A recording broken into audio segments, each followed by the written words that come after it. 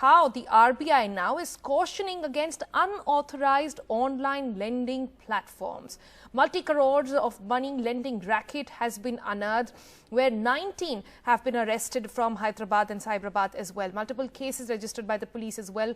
3 people actually died by suicide due to harassment in this case. Now, what exactly is happening? Let's go back to Uma Sudhi to try and understand this. Uma, break down what exactly is this sort of unauthorized online lending platform that we're talking about. And the details actually tells us this is not a state-specific story. This goes all the way to Gurugram as well.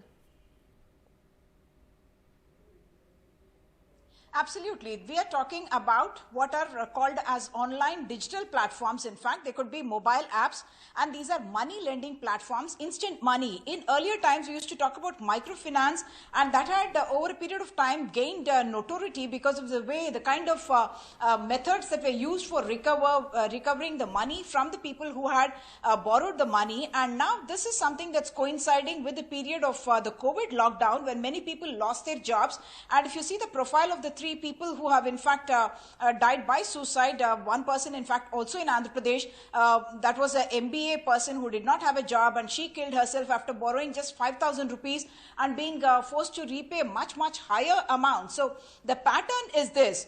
When you need easy money, if you're looking online, there will be multiple options that tell you that you can get your money instantly, whether it's 5,000, 6,000, 8,000. And then because you gain confidence, you may start borrowing more and more of that money. And that money is actually lent to you at very high interest rates of 30 to 35%.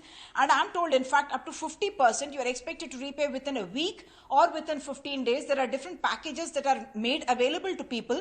And before you get that instant money, in fact, you are expected to share your Aadhaar card and your other KYC details, which is specifically what the RBI is now saying. Do not share any of those details. So what these companies were doing, online companies were doing, is they now seem to be having operations, not just because the raids have happened in Gurugram and Hyderabad that I'm talking about this, but across states, people are borrowing money. There is multiple crores that are involved in this.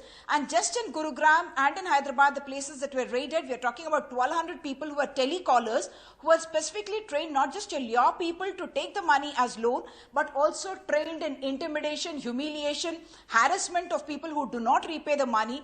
And even if you have repaid 100% and 200%, 300% of the money that you borrowed, you will still have money left to be repaid. And then the calls start going to your family, who may not know about you having borrowed this money in the first place, or to your families, friends, any contact. These mobile apps were accessing all the contacts on the list of those people who are borrowing and sending across these messages to them saying that an FIR is going to be booked against this particular person who is in your contact list. That is a kind of intimidatory tactics that were used. And after this became public, hundreds of people in fact are saying that yes, they have also fallen victim to the same. And that's the reason we are having almost 20 FIRs now being booked in different police stations, talking about the harassment by the online apps. And now the RBI in fact saying that you must verify who you are borrowing from, and it's only the banks and the NBFCs that are registered or under the state law or the central law that can actually lend money, and not at this kind of interest rates